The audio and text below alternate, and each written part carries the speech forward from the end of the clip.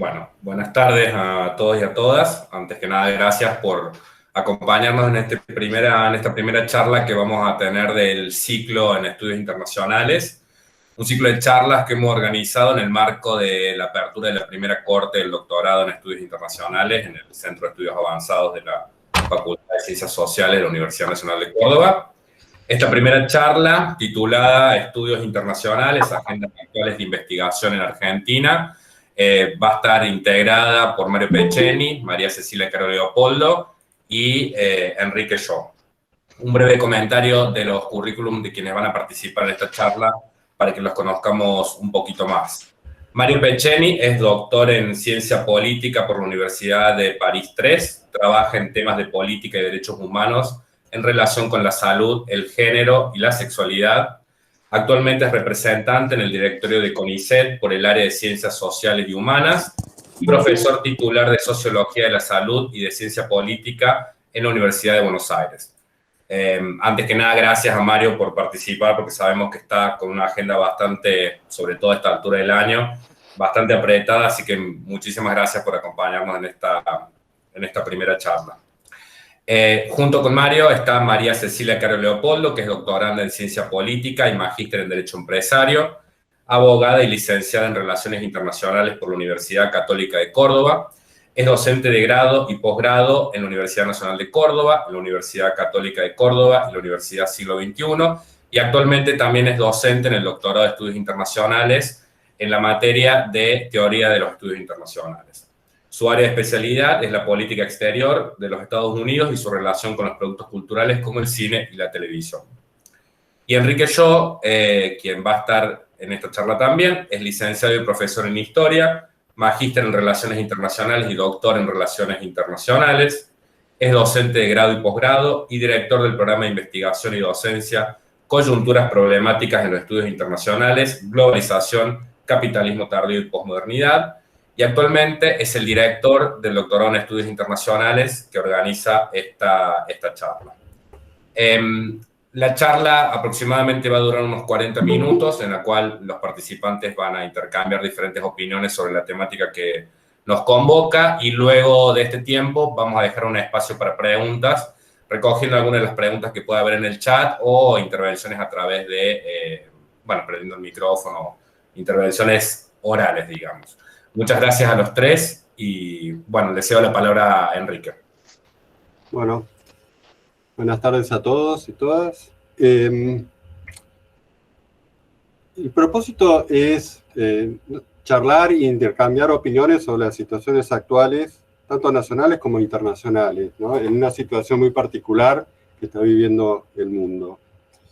Yo me gustaría participar lo mínimo posible y largar algunas preguntas o interrogantes que uno tiene en esta situación y que involucra a las relaciones internacionales a los estudios internacionales más específicamente.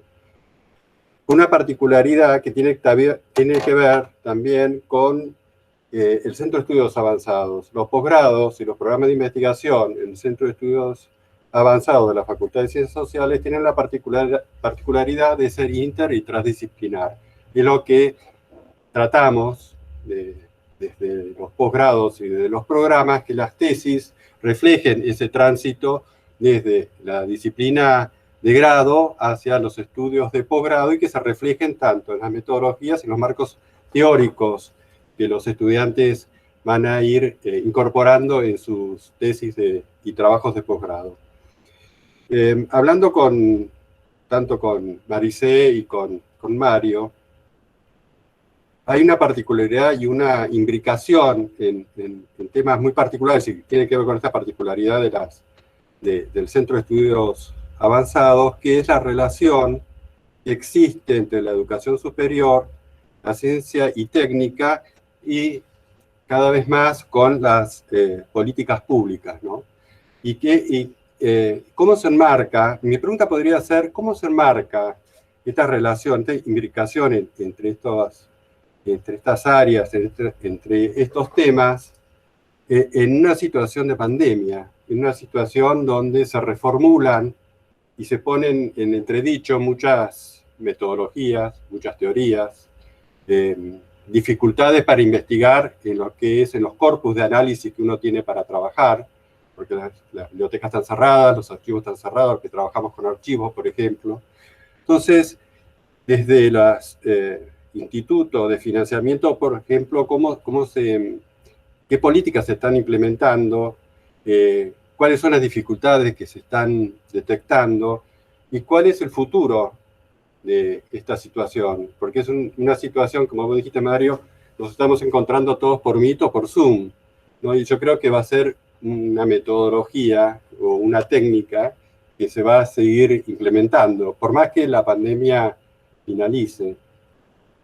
Y para Maricé, algo que yo había pensado en relación es justamente cómo impacta esta pandemia en temas de teoría de las relaciones internacionales y en temas de la metodología, ¿no? Las nuevas formas que se tienen que tomar, que se tienen que implementar para trabajar e implementar en los proyectos de investigación. Mario. Bueno, sigo yo. ¿Hacemos ese orden? Bueno, buenas tardes. Quería también agradecer a Enrique, Henry, a Ariel, a Maricel la posibilidad de compartir en esta actividad del CEA y de la Universidad Nacional de Córdoba.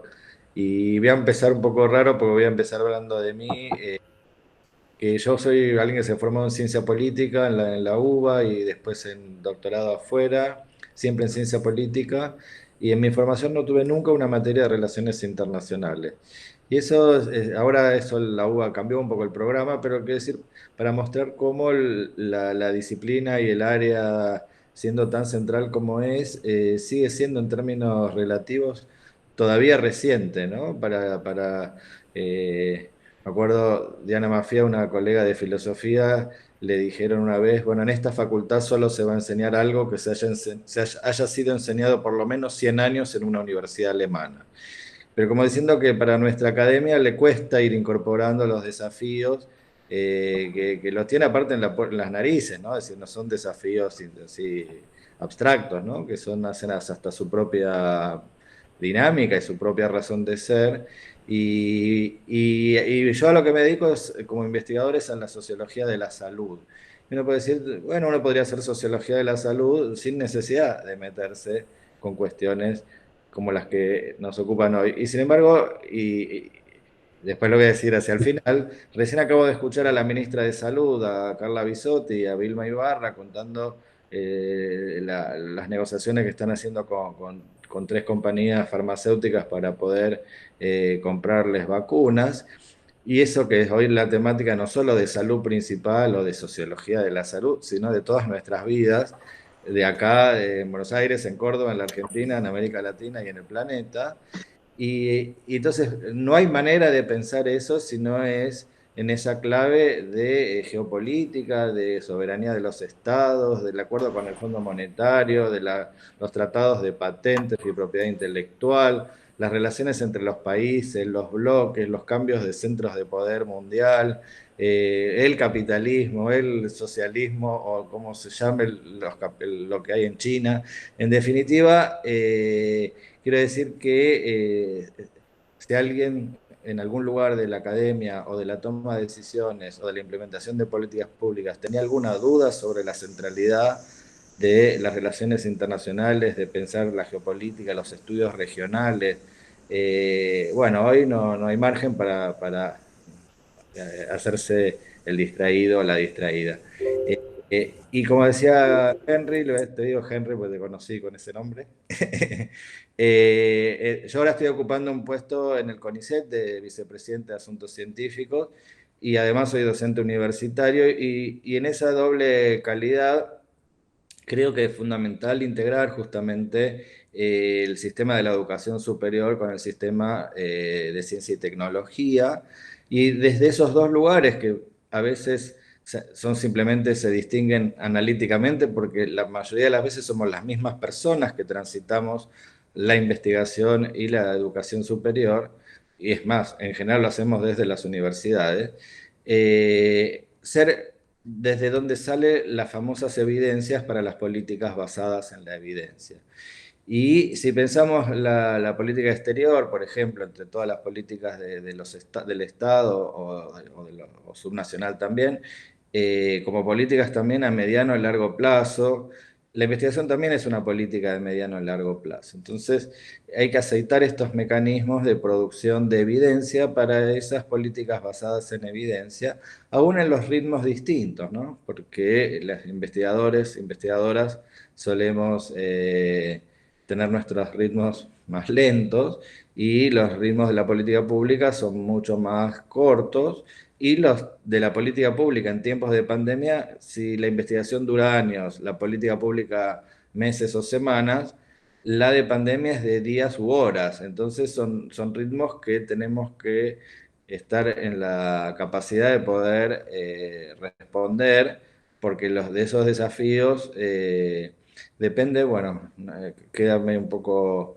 shakespeariano decirlo, pero la vida y la muerte de mucha gente, incluyendo la nuestra propia. Entonces, ligado a eso también, ¿cómo se llama?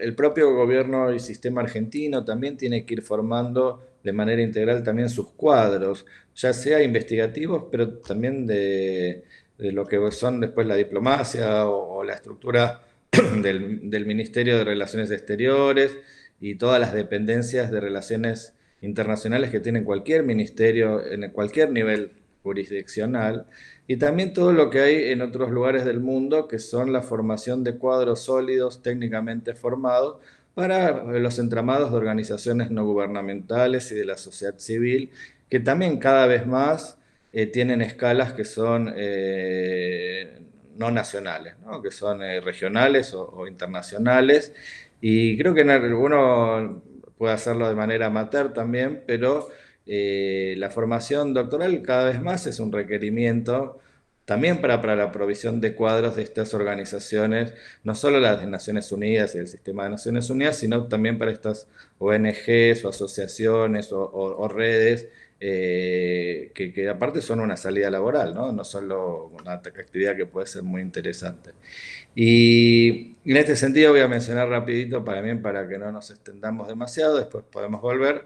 Desde el CONICET también hay un reconocimiento de perdón, de la subvaloración o reconocimiento del área de relaciones internacionales como área de investigación científica del CONICET. Está junto con Ciencia Política y Derecho, pero como me decía una investigadora de Flaxo, nosotros aparecemos, me decía ella, en el rubro otros a la hora de llenar los casilleros, y eso daba la pauta bueno, de una visión que capaz puede tener una historia, pero que claramente no se condice con la prioridad que tiene esto para el país, ¿no?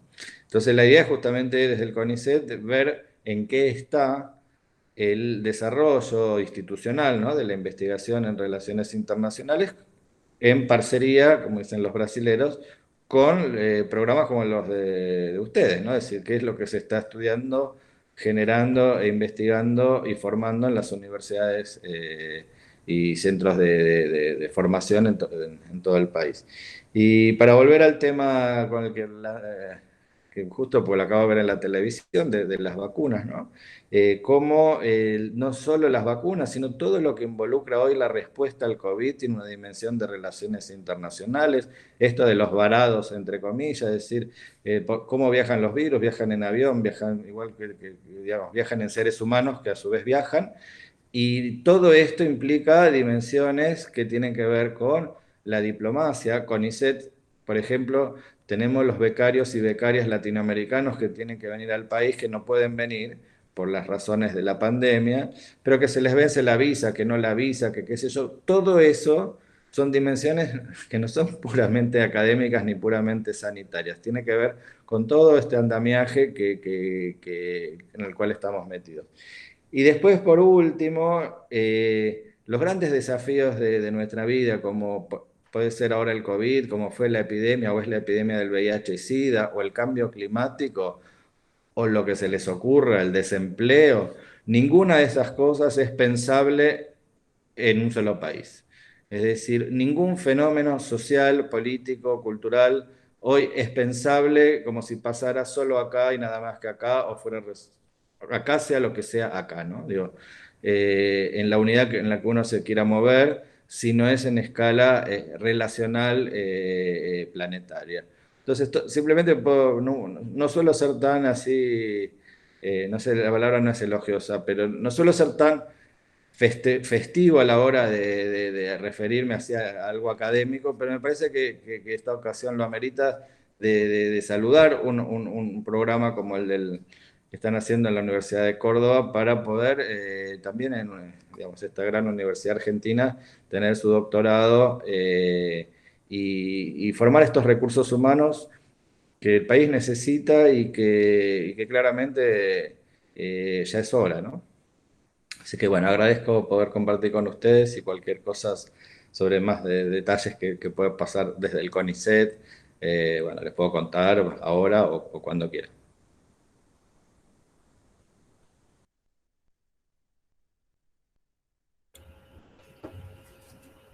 Esto lo que contabas de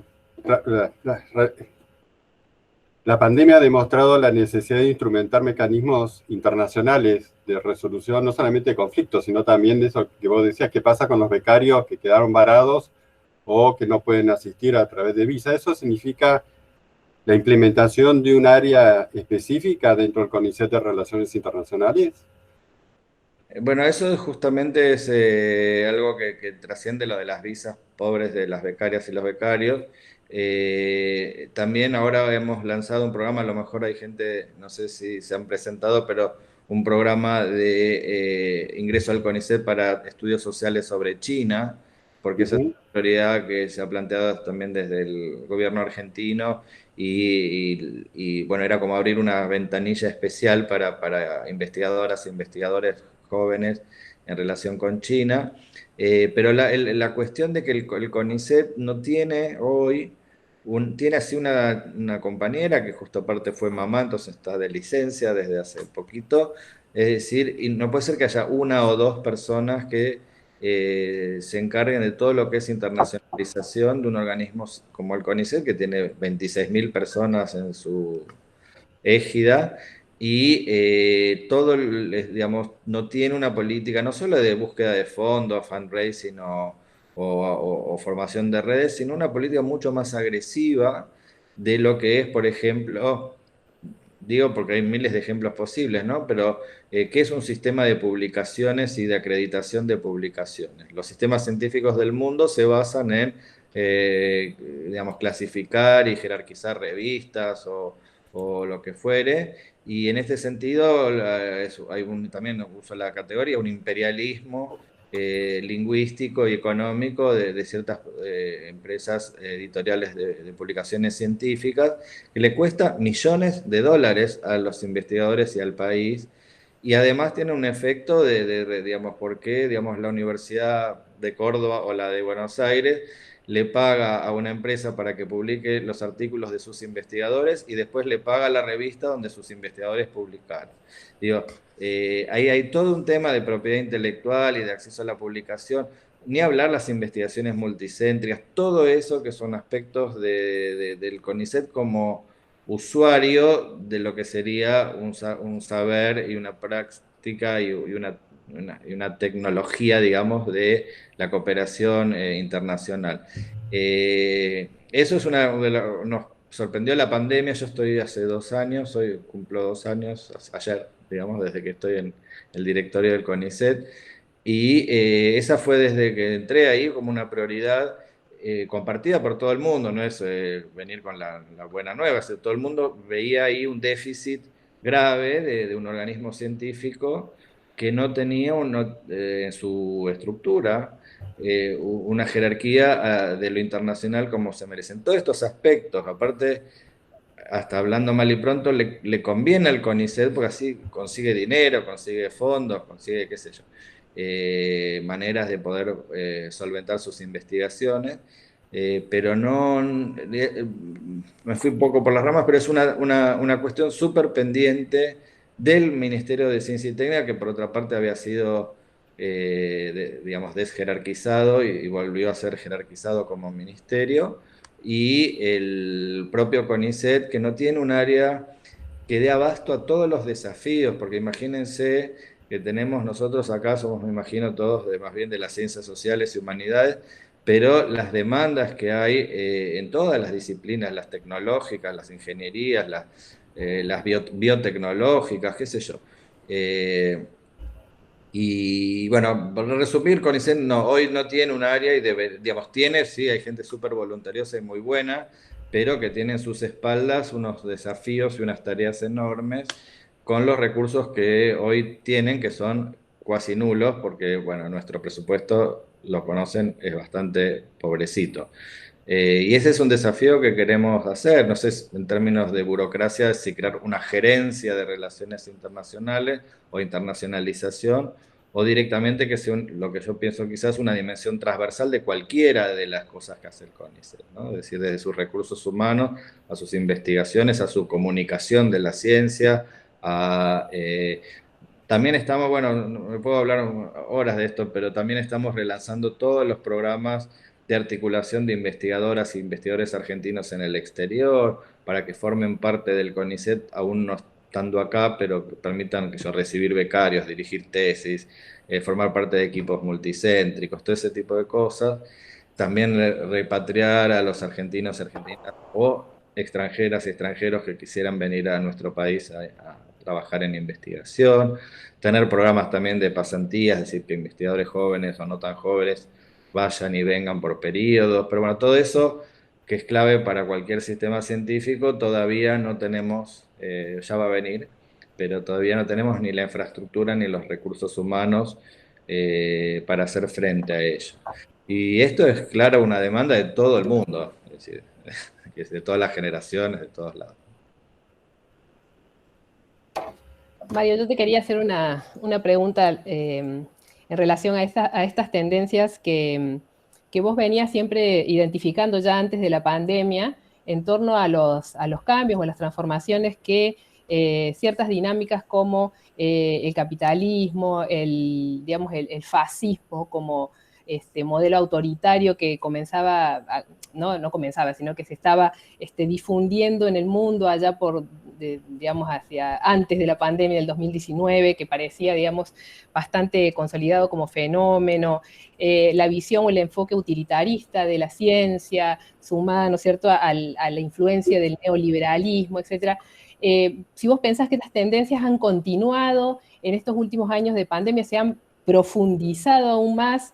En el caso de los estudios internacionales, digamos, siempre han estado fuertemente pregnadas por estas características, a lo mejor más inclusive que otras disciplinas de las ciencias sociales, porque la visión más hermenéutica, más crítica, más reflexiva desde otros paradigmas, no ha sido una generalidad, digamos, en el marco de los estudios internacionales, sino por el contrario, más una novedad desde fines del siglo XX o comienzo del siglo XXI.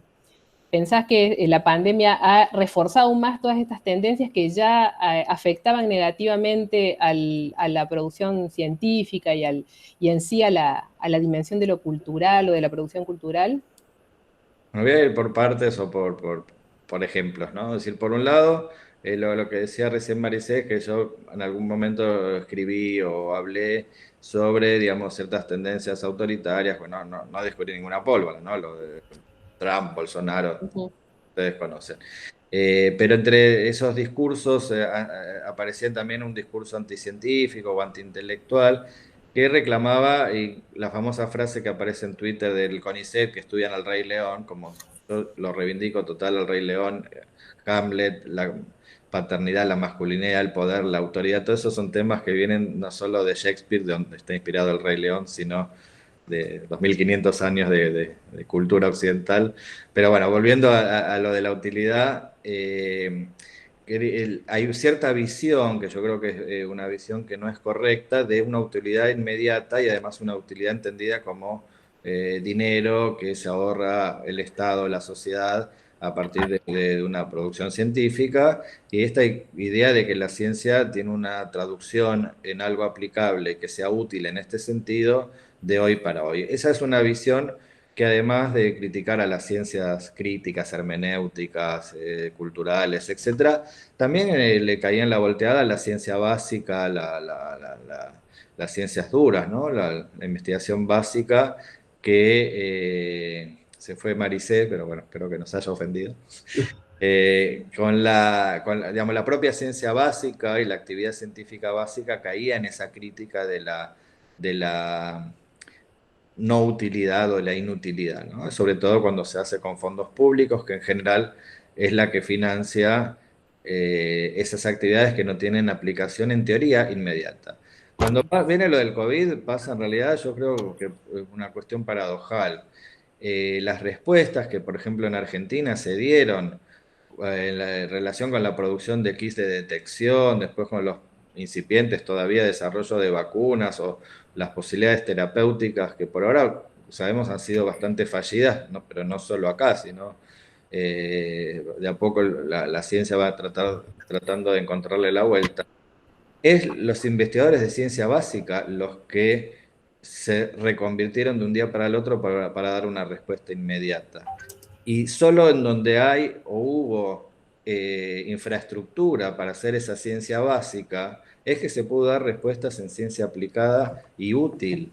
Es decir, países donde tienen la capacidad técnica y científica de producir vacunas, son los que pueden, cuando aparece, voy a decirlo rápido, un bicho nuevo, producir vacunas para ese bicho nuevo. Es decir, y eso no es de un día para el otro, eso son décadas de sedimentación y de recursos y de formación. Y lo de relaciones internacionales, voy a hacer una analogía un poco espuria, pero no tanto. Ahora apareció, ¿se acuerdan cuando por qué no tuvimos la vacuna china al principio? Que sí, que no, que cómo lo manejó la diplomacia. Y ahí tiene que ver también, si nosotros hubiéramos tenido modos ya aceitados y estructurados e inteligentes de relacionarnos con China, con una empresa farmacéutica multinacional, con la Organización Mundial de la Salud, aparece algo como lo del COVID y nosotros nos podemos montar en eso que quizás uno diría, ¿cuál era el sentido de tener, no sé, convenios e instituciones de cooperación científica con China? Bueno, ahora hay un sentido, porque produjeron una vacuna que puede salvar vidas en este país y nos pueden dar la manera de fabricarla nosotros o de importarla. Quiere decir, estoy forzando un poco el ejemplo, pero quiere decir que la pregunta por la utilidad es una pregunta muy sonsa. De la manera que suele ser formulada, sobre todo desde cierto neoliberalismo sonso también, porque esto claramente nos hace ganar dinero, ganar tiempo, ganar vidas, tener una infraestructura científica, tener un Estado fuerte y presente en estas cosas. Respecto a lo del fascismo, creo que también, hablando mal y pronto, estas tendencias también que, digamos, súper restauradoras de jerarquías sociales en términos de clase, en términos de género, en términos de raza, en términos de lo que quieran, digamos, que entra en crisis, tanto por la crisis del capitalismo como por los avances de los derechos sexuales, los derechos de las mujeres, de los gays y lesbianas, trans, etcétera, de los jóvenes, esta idea también de, mirá, las nuevas generaciones que se creen que tienen derechos a distintas cosas. Por eso aparece en esta incertidumbre tan generalizada intentos de restaurar esa jerarquía, ¿no? De clase, de raza, de generación, de género, qué sé yo.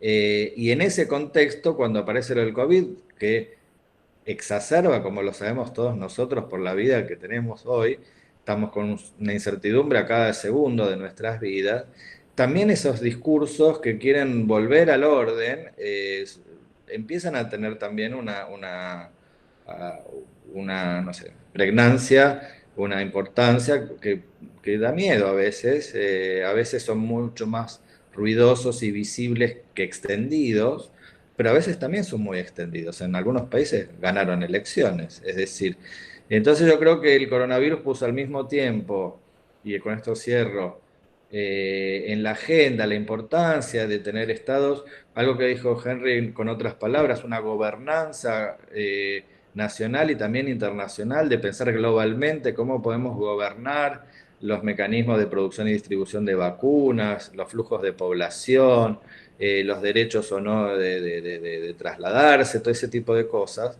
El coronavirus puso, creo que más que nunca, en muy poquito tiempo, algo que vamos a tener que hacer para otras cosas, ¿no? Como para el cambio climático, por ejemplo, o no sé cómo se llaman, pero digamos, para todas las cuestiones que tienen que ver con el clima en la Tierra. Pero al mismo tiempo habilitó exacerbar estos otros discursos de anticientíficos, antivacunas, antiintelectuales, conspirativos, ¿no? Es decir, eh, ¿por qué? Porque hay una situación rarísima en nuestras vidas, ¿no? Es decir, que entonces, bueno, pueden tener cierta credibilidad. Yo soy, con esto cierro, una persona muy del siglo XIX, que creo en la ciencia, en la verdad y todas esas cosas. Entonces, medio digo en chiste que cuando vamos viendo que las vacunas efectivamente hacen que no te mueras, y bueno, la gente va a dejar de delirar y se va a ir a vacunar, porque va a ver que si te vacunas no te morís, y si no te vacunas te podés morir, qué sé yo, digo. La gente no es tan irracional. Pero bueno, vamos a ver. Es de todo. Maricé, ¿está conectada? Sí, sí, sí, aquí estoy. Ah, volviendo cuando empecé a la pregunta que te había hecho, ¿no? Ujú. ¿Cómo crees que los estudios internacionales están reaccionando o qué pueden aportar tanto de metodología y teoría en esta situación de pandemia? ¿O cómo lo ves vos? Bueno, el campo también está, digamos, a la expectativa y en convulsión, como todas las disciplinas sociales, respecto, digamos, a las tendencias, a las nuevas tendencias, y desde el punto de vista temático creo que han habido enfoques que han tratado, obviamente, de aplicar los mismos parámetros teóricos y metodológicos que se venían ya aplicando para tratar de plantearlos, por ejemplo, a la cuestión de lo geopolítico y a la y a la cuestión de las vacunas en clave del enfrentamiento de poder entre Estados Unidos y China, es decir, siempre en la misma lógica y planteando, digamos, un retorno de la importancia del realismo, la cuestión, ¿no es cierto?, de la forma en que el Estado se ha reposicionado como actor internacional central, porque en definitiva es el que define las políticas y en función de eso, ¿no es cierto?, el mayor o menor éxito de las estrategias y son los recursos del Estado en definitiva los que determinan entonces ese posicionamiento, digamos, en el plano de lo internacional. A pesar de las posturas neoliberales, ¿no es cierto? Tal cual. Los neoliberales, por supuesto, siempre van a tratar de poner un mayor interés o énfasis o destacar la importancia, ¿no es cierto?, de las redes transnacionales, por ejemplo, la cooperación, las construcciones de redes de científicos, la colaboración en materia, ¿no es cierto?, de investigación, la construcción de fondos provenientes de diferentes organismos públicos, no públicos, internacionales de diferente tipo para financiar diferentes estrategias de investigación, por supuesto que el rol de las organizaciones internacionales y aquellos aspectos de la cooperación que también están presentes, por supuesto, ¿no? Creo que las agendas más convencionales o tradicionales se han ido en ese sentido, ¿no? Y por supuesto siempre existe también en el campo toda una serie de estudios que tienen que ver ya con vertientes mucho más críticas, más hermenéuticas, más interpretativas, más constructivistas, si se quiere, o postestructuralistas, que buscan, digamos, analizar en una clave más de construcción de sentido a estas nuevas situaciones, ¿no? Por ejemplo, en torno a la idea misma de la pandemia, cómo se ha construido, cuáles son los actores que han contribuido a esa dimensión, independientemente, digamos, de la existencia o no de la objetividad.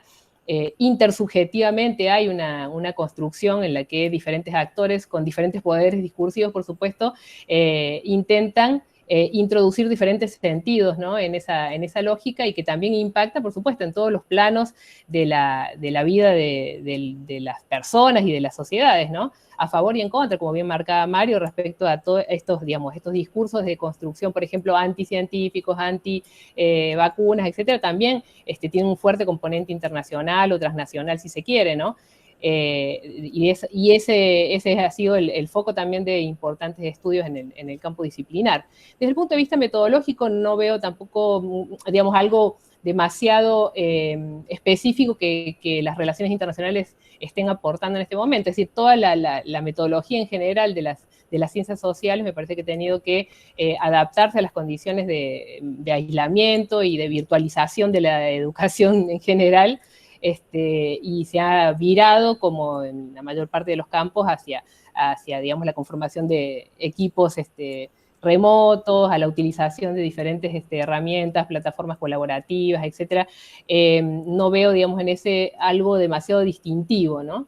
Pero sí, en el caso de las temáticas, de todas maneras, pienso que todavía seguimos discutiendo dentro de parámetros bastante tradicionales, ¿no? O con conceptos de la biopolítica remozados, o bueno, trayendo algunos otros elementos de la teoría política, de la filosofía política que han en estos últimos tiempos realizado importantes construcciones conceptuales, ¿no? Respecto al impacto de la pandemia, sobre todo en las relaciones de poder o en la construcción de poder o en las formas de manipulación de la sociedad, en el rol que han tenido ciertos actores como los medios de comunicación en la definición de esos sentidos, en la construcción del miedo, en la seguritización que acompaña estos procesos, ¿no? En la mayor, digamos, en cómo el contexto favorece ciertas tendencias hacia el autoritarismo, hacia la adopción de medidas que son restrictivas de la libertad, más allá, por supuesto, de las sanitarias, y que el Estado aprovecha para establecer nuevos mecanismos de control, de sanción, de intervención, etcétera, ¿no? Me parece que por esos ejes está discurriendo la investigación en el campo.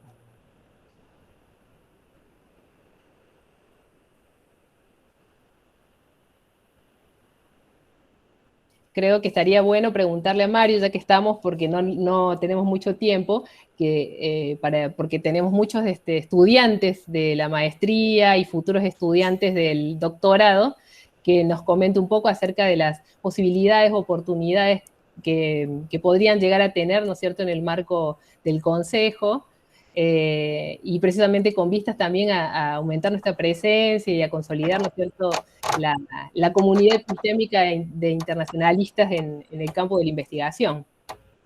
Bueno, empiezo por los viejos y después llevo a los jóvenes y las jóvenes. Desde los viejos, es lo que les decía, está en agenda inmediata, esto ya estaba, digamos, en cuestión de semanas, por así decir, esta idea de ver cuáles son las brechas y potencialidades hoy en el CONICET, no en el sistema argentino en general, digamos, universitario, sino qué es lo que hay hoy en CONICET que se está estudiando en materia de relaciones internacionales, en qué instituciones, incluso con qué paradigmas, como mencionabas vos, etcétera, cuáles son los temas, los tópicos, ¿no? Hacer una especie de estado del arte institucional dentro de CONICET para, a partir de ese diagnóstico, hacer alguna propuesta que, como decía hace un ratito, no sé si me lo anoté y lo dije o lo anoté nomás, pero que sea integral, no solo de recursos humanos de investigación o de formación de becarias o becarios o lanzar algún proyecto, sino que sea una política que tenga, digamos, distintos niveles, ¿no? Desde de retroalimentación, ¿no? Y eso está ahí en carpeta, ya le llegará. Y esta en particular, sin esperar a tener eso, es un poco, pues, por cierto, no diría capricho mío, pero propuse hacer ya estos ingresos a carreras orientados hacia los estudios sobre China, que tuvo algo así como 30 inscriptos, que es mucho. Nosotros, la verdad, no teníamos mucha idea si se iban. Hasta el temor era de que no hubiera inscriptos, porque no sabíamos, y 30 es bastante. Hay una comisión que es interesante porque hay alguien del Ministerio de Relaciones Exteriores, un argentino que es investigador en Shanghái, y por supuesto investigadores del CONICET que están en este instante evaluando los ingresos, ¿no? Pero después eso es como la cosa más específica. La cuestión más general es, ahora abre dentro de unos días la convocatoria a becas, que hay 3 categorías a las que pueden postular. La más probable por el estadio en que están ustedes es la beca doctoral, es decir, empezaría en el año que viene, ¿no? Pero se presenta el proyecto de investigación, se cargan los antecedentes y son becas que duran 5 años, si no sigue la pandemia, para hacer el doctorado. y básicamente lo que hace les paga hoy, creo que son 60 o 70, 60, no sé, digo ojo, pues no sé, pero 60, 70 mil pesos para dedicarse a estudiar y además pueden, por supuesto, tener una dedicación simple docente y complementar eso también, ¿no?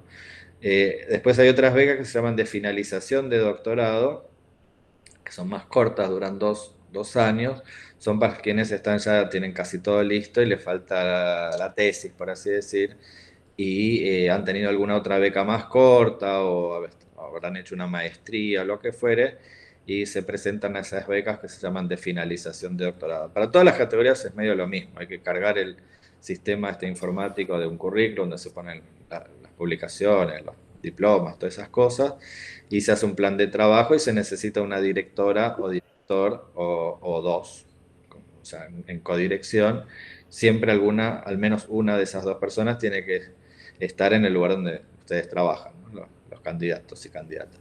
Y después están las becas postdoctorales, que son, como su nombre lo indica, para quienes están terminando o terminaron su doctorado, que ahora no, ahora cambió, duran 3 años. Esto fue una propuesta de campaña, es decir, porque 2 años era como poquito tiempo para poder.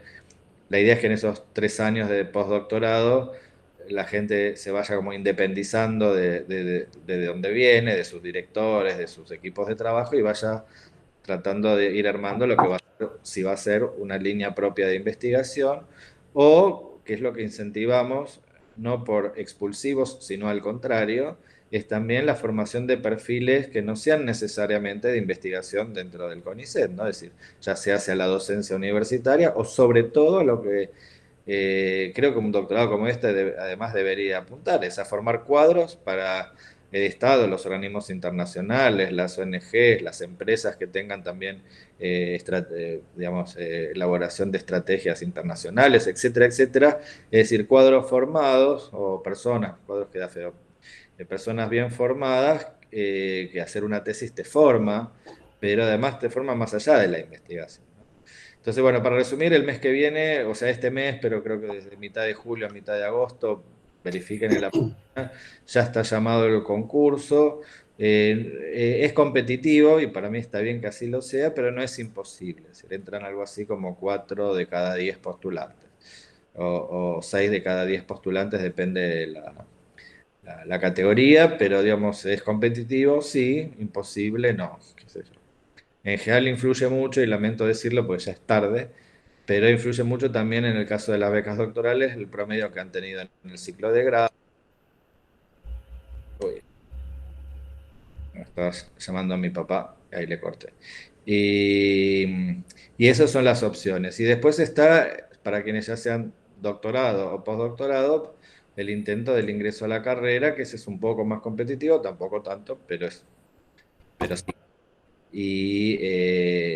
Y es para eso que queremos acá, Enrique creo que está en la comisión, tratar de también durante estos últimos años fue muy difícil el ingreso al CONICET por la restricción de las vacantes, ahora no es tan restrictivo, sigue siéndolo, pero no tanto, pero a veces cuando se compite interdisciplinariamente, ahí era la hermanita menor, digamos, las relaciones internacionales respecto del derecho, la ciencia política, que aparte incluye política comparada, teoría política, qué sé yo, todas las para, digamos, no necesariamente priorizarla, pero sí que no quede ahí en desventaja frente a disciplinas que quizás tienen mayor tradición en publicaciones, en todas esas cosas. O más, no sé si tradición, pero capaz tienen más espacios para hacerlo, más congresos para ir, qué sé yo.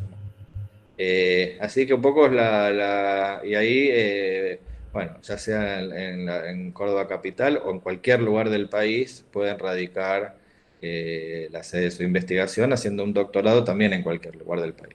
Porque doctorados, bueno, justo acá es uno de Relaciones Internacionales, pero debe haber 3, 5, no sé cuántos en todo el país, y si vivís en Catamarca y no hay en Catamarca, lo harás en Córdoba o en Buenos Aires o en Rosario, no sé. Quiero decir que la idea es también que las becas sean federales. A eso, Córdoba ahí perdieron, perdón, como capital también. Hay 30% de las becas que se garantizan para provincias con menor desarrollo universitario e investigativo, que en general, bueno, Córdoba obviamente no es de las que tienen menor desarrollo, así que no es de las priorizadas, pero bueno, capital tampoco, y La Plata tampoco, y bueno, está bien, digamos que así sea, digamos. Y en la comisión de asesora, en realidad somos pocos, somos dos solamente de Relaciones Internacionales y la mayoría son cientistas políticos o abogados, ¿no? Habría que aumentar un poquito más la participación de internacionalistas. No, y eso también después pasa que es un círculo en ese sentido vicioso. No hay muchos candidatos, entonces no se necesitan muchos evaluadores, entonces entran pocos candidatos. Digamos, al haber pocos evaluadores, los pocos candidatos que hay no les va bien. Y entonces, bueno, por eso también la idea mía, no solo mía, digamos, pero de oxigenar un poco el CONICET con evaluadoras y evaluadores que vengan del sistema universitario, no CONICET. El problema es que, como saben todos mis colegas que están acá escuchando, la carga que hoy tenemos de evaluación se ha vuelto bastante insoportable. Entonces te llaman para evaluar y huís como... Bueno, sí, eso es uno de los problemas que tenemos cuando tenemos que llamar a evaluadores externos, ¿no? No todos quieren tomar ese trabajo. Para ir cerrando, me gustaría invitar a dos si tienen alguna duda o pregunta, que uno es el director alterno de la maestría, Juan. ¿Qué tal, doctor Pecheni? Una pequeña consulta. Respecto a lo que usted planteaba en torno a la federalización y la discusión de la descentralización dentro de CONICET, bueno, entiendo que como Córdoba también somos parte casi de un eje casi privilegiado, ¿no? Con Rosario, La Plata. Bueno, ¿qué oportunidad tendríamos desde el doctorado, digamos, para contribuir en cierta manera a una cierta descentralización? Digo, mirando más hacia el norte argentino, mirando más hacia las oportunidades, sobre todo de los estudiantes, en un eje distinto, digamos, a esta concentración, por lo menos que en una mirada rápida de los centros que trabajan relaciones internacionales sabemos que están en el centro del país, digamos, ¿no? Digamos, eso está en el diagnóstico de CONICET, existe, por lo menos que al igual que el resto de las ciencias sociales, relaciones internacionales también ocupa o se manifiesta en esta zona específica del país, digo. Me voy a hacer como 3 comentarios.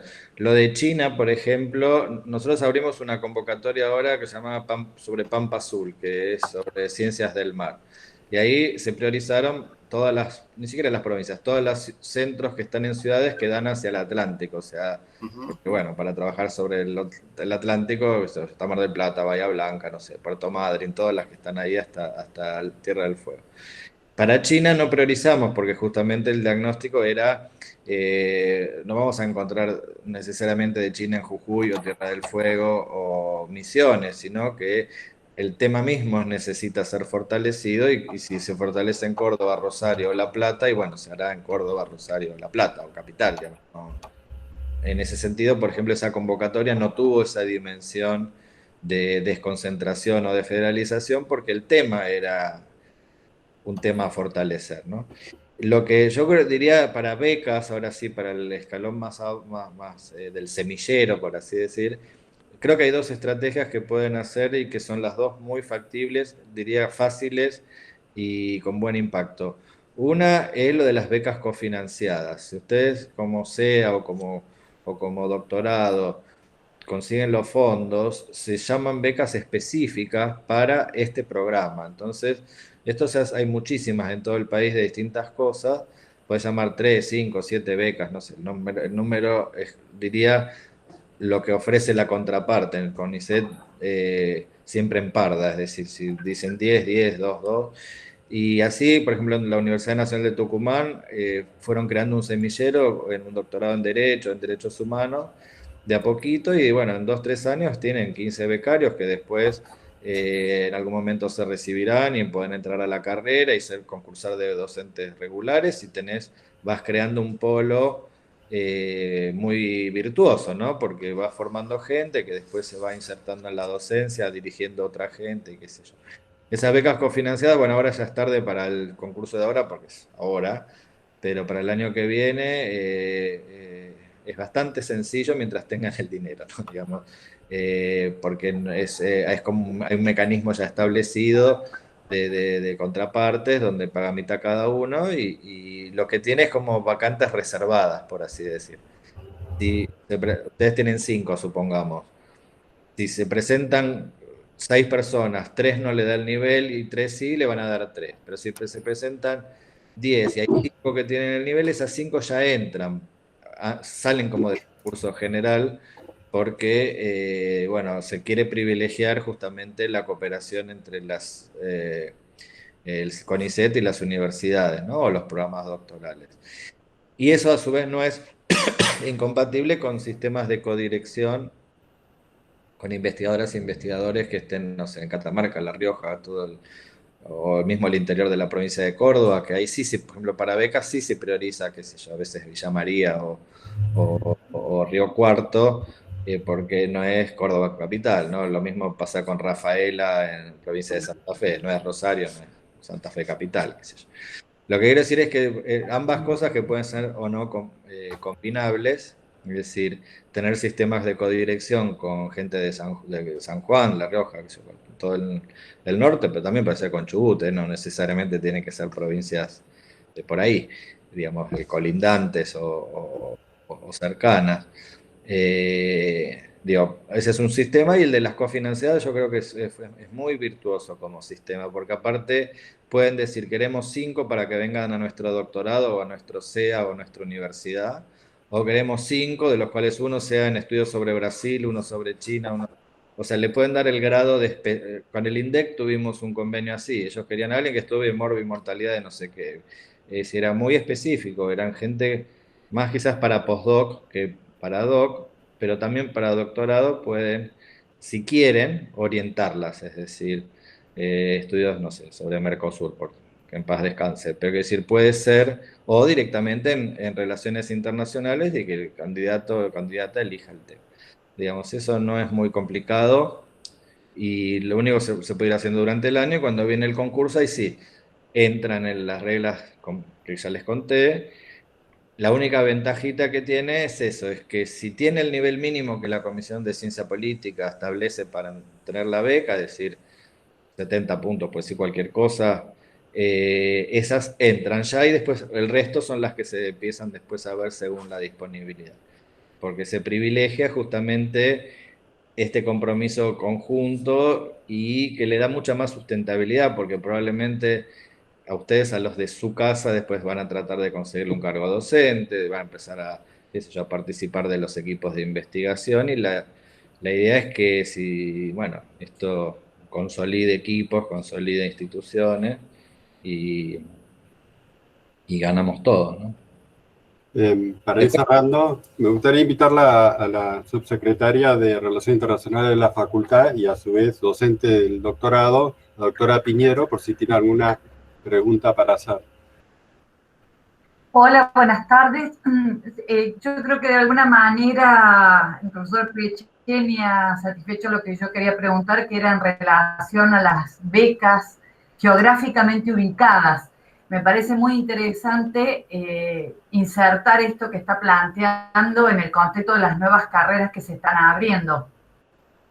Porque en definitiva, y celebro enormemente que dentro de CONICET, en alguna medida en relación a las ciencias sociales, de acuerdo a lo que uno va observando, comienza a repensarse en qué medida las producciones acompañan determinados proyectos nacionales, ¿no? Es decir, sirven para poder acompañar los proyectos de las ciencias sociales, como ocurren en todas partes del mundo, pero en Argentina a veces hemos tenido como algunos prejuicios en relación a esta idea de que la ciencia debe acompañar los proyectos del Estado para la construcción de los órdenes sociales.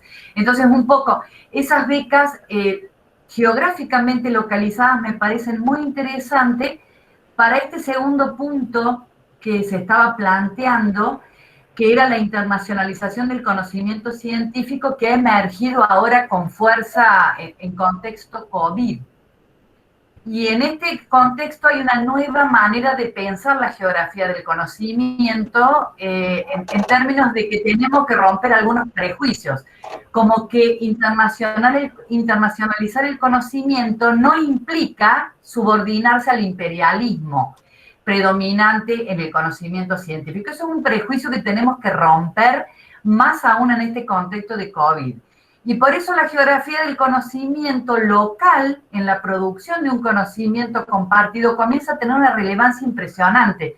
Por eso celebro que CONICET esté planteando esto que el profesor Peceni decía, es decir, estas becas localmente situadas, ¿no?, para una construcción de un conocimiento geográficamente establecido, pero con vocación universal, porque hoy más que nunca el conocimiento se va a construir internacionalmente, en acuerdos con otros, porque lo está demostrando las necesidades que la pandemia ha establecido, porque si no nos ganan los intereses, como nos ha ocurrido con la salud pública global, que no la hemos podido instalar como un bien público global, ¿no? Siguen ganando los intereses económicos. En la medida en que el conocimiento construido conjuntamente, internacionalmente, no subordinado a un imperialismo, tiene que ganarle a esta noción de que ciertos problemas globales tienen que estar guiados por los intereses económicos neoliberales. Así que bueno, nada, ya mi pregunta estuvo satisfecha por lo que dijo el profesor y celebro esta oportunidad para que comencemos a pensar estos estudios internacionales localmente situados con vocación de universalización para el conocimiento me parecen centrales, por supuesto con perspectiva crítica latinoamericana. Gracias. No, suscribo cada una de las palabras y también me olvidé de decir en esta parte casi de contar cómo es lo de las becas de CONICET, hay como dos modalidades, además de doctorales, postdoctorales y de finalización de doctorado, temas generales donde los temas los propone la candidata o el candidato, y hay una serie de temas estratégicos que los fija el Ministerio de Ciencia y Técnica cada tanto en función de este Plan 2030. No, la verdad hoy no me los acuerdo en este momento, pero digamos está el listado, entonces, y esos son proyectos que ya vienen todavía más orientados hacia la resolución de problemas o abonar a problemas de políticas, y entonces ahí también pueden ver, porque como esto es un área que puede estar entre esos temas estratégicos, mirar, no tienen más ni menos chance, es lo mismo, pero son distintos modos de concebir el doctorado, uno puede ser más investigativo puro y el otro más orientado a o la producción, pero en este caso también a la política pública. Y respecto también, acá Córdoba no va a entrar, lo lamento, pero justamente porque tiene justamente un gran desarrollo, pero ahora va a haber convocatorias en Catamarca, Chaco, La Pampa y San Juan, si no me equivoco, puedo confundirme, pero creo que son esas 4 provincias, de ingresos a carrera, pero que incluyen ingresos, paquetes, números de becas cofinanciadas por las provincias, dinero para investigar y quizás también créditos para vivienda, para esos investigadores e investigadoras, en líneas que estratégicamente define la provincia.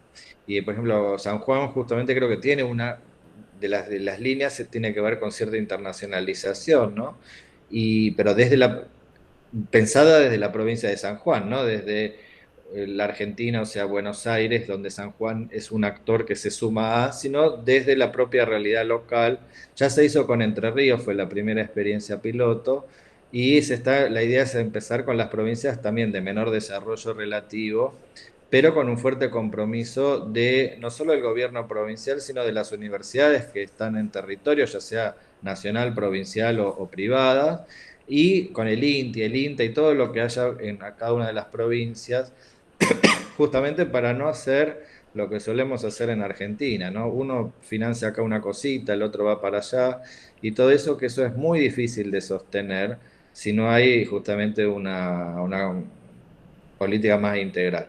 Lo que tenemos de problema en Buenos Aires, Córdoba, es que nos dicen, bueno, ustedes vienen después, porque ya tienen, pero eso no implica que no se pueda hacer igual, por ejemplo, esto, ¿no? De pensar ingresos, becas, proyectos cofinanciados con la provincia o con la nación, de investigación o de investigación-acción. Digamos, las posibilidades son muchísimas. Siempre, bueno, ustedes hasta estudian eso como tema, ¿no? La idea de los matching funds, ¿no? Ir buscando socios que aporten, ya sea expertise o dinero, las dos cosas. Bueno, es lo que puede después llevar las cosas a buen puerto, ¿no? Yo soy medio un optimista en ese sentido porque es mucho el potencial que hay. Entonces, Cuando uno, ahora con lo de China, de otro día les cuento, pero lo lanzamos hace muy poquito y ya los chinos están con muchas ganas de hacer cosas. Van a haber, creo que 2 proyectos cofinanciados entre el MinSit y China, en temas de la Belt la ruta de la seda y cosas del impacto del COVID y alguna que otra cosa más definidas de común acuerdo, pero ellos en 2 minutos ya están poniendo el tema en la agenda, tratando de conseguir que nosotros financiemos también lo que ellos quieren financiar.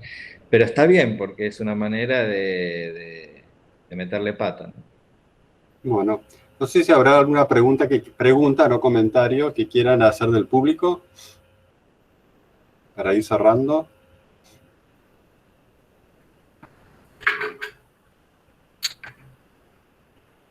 Bueno, parece que no, parece que se aclararon todas las dudas. Ya es viernes a la noche. Ya. Sí, aparte, bueno, te hemos exprimido bastante ya. Así que quiero agradecerles a todos por esta primera charla que hemos tenido y previo al lanzamiento al doctorado, ¿no? Muchas gracias, Mario, Maricel, Maisy, Ariel, Juan, y a todos los que están conectados, que no los puedo ver.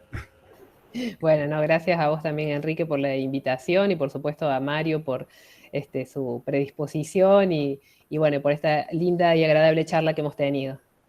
Y también para los más jovencitos y jovencitas, lo de las becas, siempre los mejores orientadores son sus propios pares un poquito más grandes. Los que lo han hecho el año pasado o están en eso, son los que saben siempre mejor que cómo se hace todo, pues son los que lo acaban de hacer y saben bien todo. Así que úsense entre ustedes, o Ariel, que todavía entra de la rama en la categoría de joven.